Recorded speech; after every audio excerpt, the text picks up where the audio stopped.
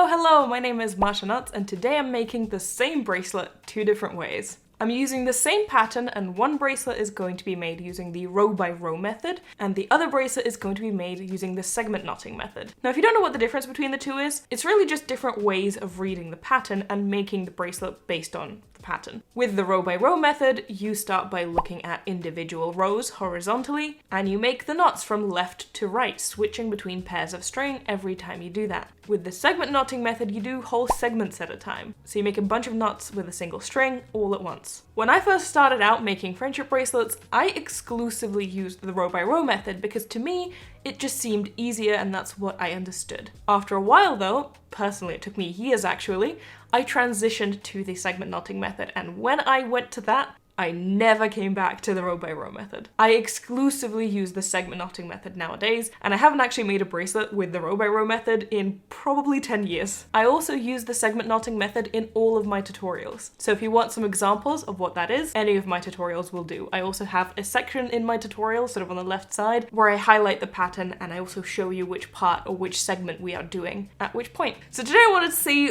if there is actually a difference when you make the same exact pattern, and if so, what the difference is. Is there a difference in the bracelet itself? Is it gonna turn out in any way different? And also, is there gonna be a difference in length? My gut is telling me that the segment knotting method is much faster, just because you have to switch strings less, and I just feel like it is from experience, intuitively. But I'm curious to see if that's right. So let's get into it. So I've already cut the strings for both of my bracelets and I've made a loop and I'm starting with a triangle end after a loop. Let's start with the one that I'm going to be doing in segment knotting. For that, according to the pattern, I need to connect the two strings in the center and go in a reverse chevron. So let's do that. I think connecting the two halves of the triangle end is going to be very difficult on the one that I'm going to be doing row by row. It's always difficult because it just is, but once you're able to go over that connection with other knots, the connection becomes more stable. But when you're doing row by row, I don't know how I'm gonna do that. All right, I've connected. Let's go into the reverse chevron.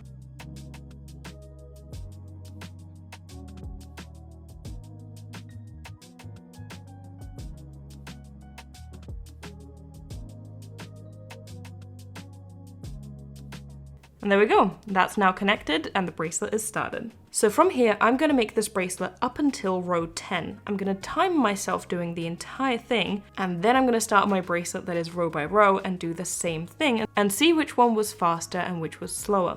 So for this one, I'm going by segment knotting. I'm going to be doing a partial reverse chevron with the orange, then another partial reverse chevron with the yellow. Then I'm going to do the dot in the center, the partial chevron with the blue, the partial chevron with the dark blue, and then two sort of, again, partial chevrons with the red and then the orange on either side. So I'm going to put a timer on and let's do it.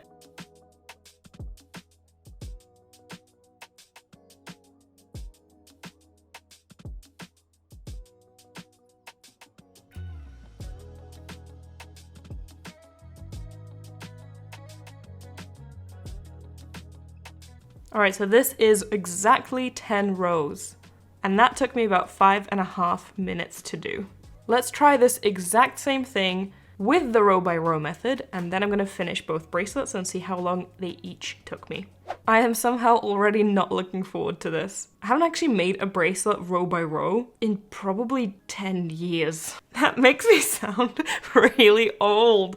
But I haven't made a bracelet row by row since I used to make bracelets like as a kid, you know? Whenever I first figured out that you can make bracelets in segment knotting, I switched instantly. So I am struggling with the idea of this. But let's try it. First, we're gonna make the knot in between. And as I mentioned, I think this is gonna be difficult to do because connecting the two halves is always difficult. But instead of going in that inverse chevron like I would have previously, we're gonna do one knot each according to row 1. Obviously we're starting in a triangle end, so I'm omitting some of the knots here. But of row 1, of the knots I need to make, there is one backward knot with the red onto the orange, and one forward knot with the red onto the orange.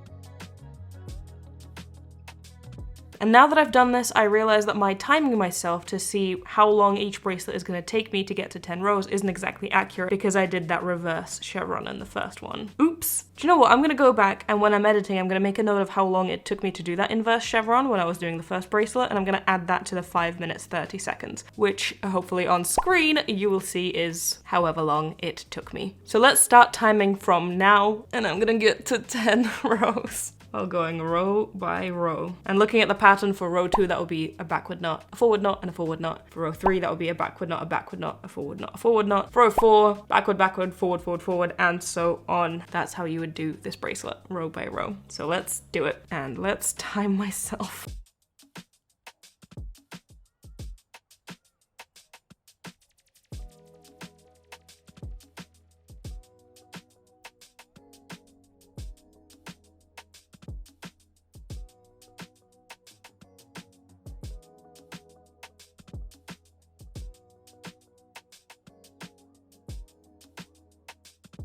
Oh my god, I am done. That was nearly 8 minutes. I expected some difference, I did not expect this much of a difference. It makes sense to me because of all the switching of the strings and having to look at the pattern all the time. That does take more time when you're doing it row by row. But I wasn't expecting this much of a difference. Alright, I'm gonna go finish both of these bracelets now. I'm gonna time myself doing both of them, and we'll see how long it takes. I'll see you when I'm done. And here are both bracelets. I wonder if you can tell that there is a difference between them. Let me put them side by side for you. One very obvious difference is that this bracelet is actually longer by like a centimeter. I expected the bracelet to be longer, but I didn't expect it to be that much longer. So I found that quite interesting. Can you tell which one was made row by row and which one was made using the segment knotting method? This is the bracelet that was made row by row, and this is the bracelet that I made with the segment knotting method. The reason that this bracelet is nearly a centimeter longer is because it has more gaps between the knots. I'm not sure how well it's coming off on camera, but there are absolutely gaps in between these knots. And while that is normal, and while this bracelet, the one that was made with the segment knotting method, also has gaps, the gaps on this one are much smaller and the knots are much tighter together and just more close-knit. Whereas on this one, the gaps come further apart, and because of that, it is nearly a full centimeter longer. There are some other differences as well. I feel like this bracelet is a little bit bumpier than the other one. By the nature of the pattern and the way that the knots are structured, this bracelet will always be a little bit bumpy, especially on the sides here. But I feel like this top one, which was made row by row, is a little bit bumpier than the bottom one. And I think that's to do with the fact that in the bottom one, or in the one on the right here, I had more control. I always feel like I have more control when I'm segment knotting in comparison to making a bracelet row by row. And when it comes to how long each of these bracelets took, there was a quite big difference as well. The bracelet that I was doing row by row took me 1 hour and 30 minutes to create, whereas the bracelet that I was making with the segment knotting method took 1 hour and 10 minutes. 20 minutes is a pretty big difference here, especially when the bracelets themselves didn't really take that long to create anyway. So I saved myself a lot of time by doing the segment knotting method with this one. I think there are many reasons why that is. First of all, I don't have to switch my strings as often when I'm doing the segment knotting method. With the row by row method, I literally have to pick up individual pairs of strings with each knot that I do. Whereas with the segment knotting method, I can do a bunch of knots at the same time with one singular string going over a bunch of others. Granted, switching strings doesn't actually take that much time,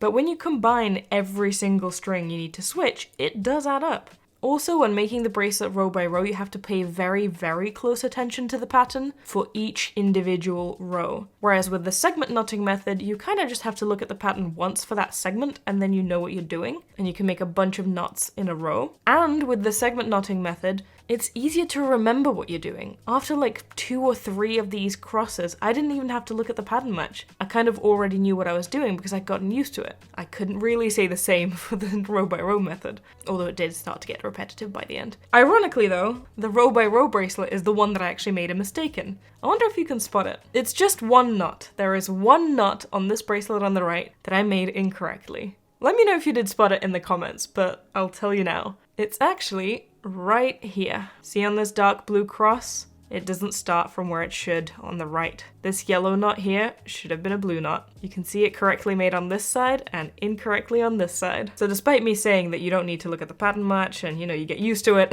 I did end up making a mistake. I noticed that I made that mistake somewhere around here, and by that time it was too late to go back and untie that. So I was just like, okay, I'll leave it. But to me, what's most important isn't the fact that I saved time by doing the segment knotting method. It isn't the fact that my bracelet is tighter. In fact, that might not even be a bonus for some people. Some people might want their bracelets to be longer with fewer knots. To me, the reason why I make my bracelets using the segment knotting method rather than the row by row method is because it's more fun. I hated making the bracelet row by row. I had to look at the pattern all the time, I had to continuously switch strings. It didn't feel fun. Half of the fun to me when I'm making a bracelet using segment knotting is figuring out how to do it. By looking at the pattern and figuring out where my knots will go, which ones I'm gonna make first, which ones are gonna come after that. That's half the fun to me, and then actually doing that and seeing my bracelet be created in a bunch of different steps is just fun. So while this was a fun experiment, I definitely will not be going back to the row by row method.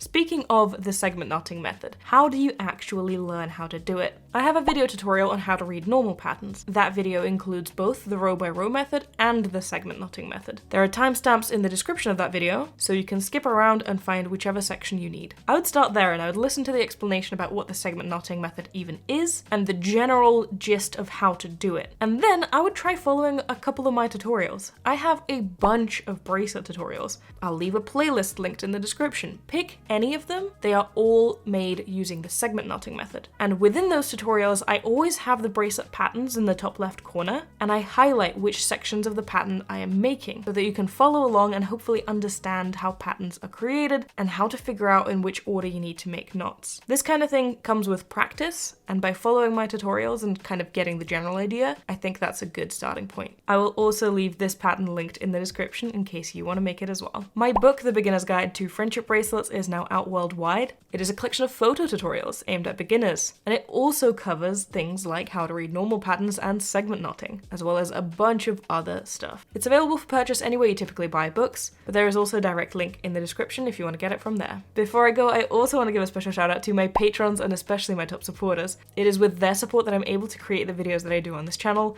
and I really appreciate it. If you also want to become a patron and support the work that I do on this channel, the link to that is in the description. But in any case, I really hope you enjoyed today's video, and let me know which method you prefer. I'm curious to hear about that. I will see you in my next video. Bye!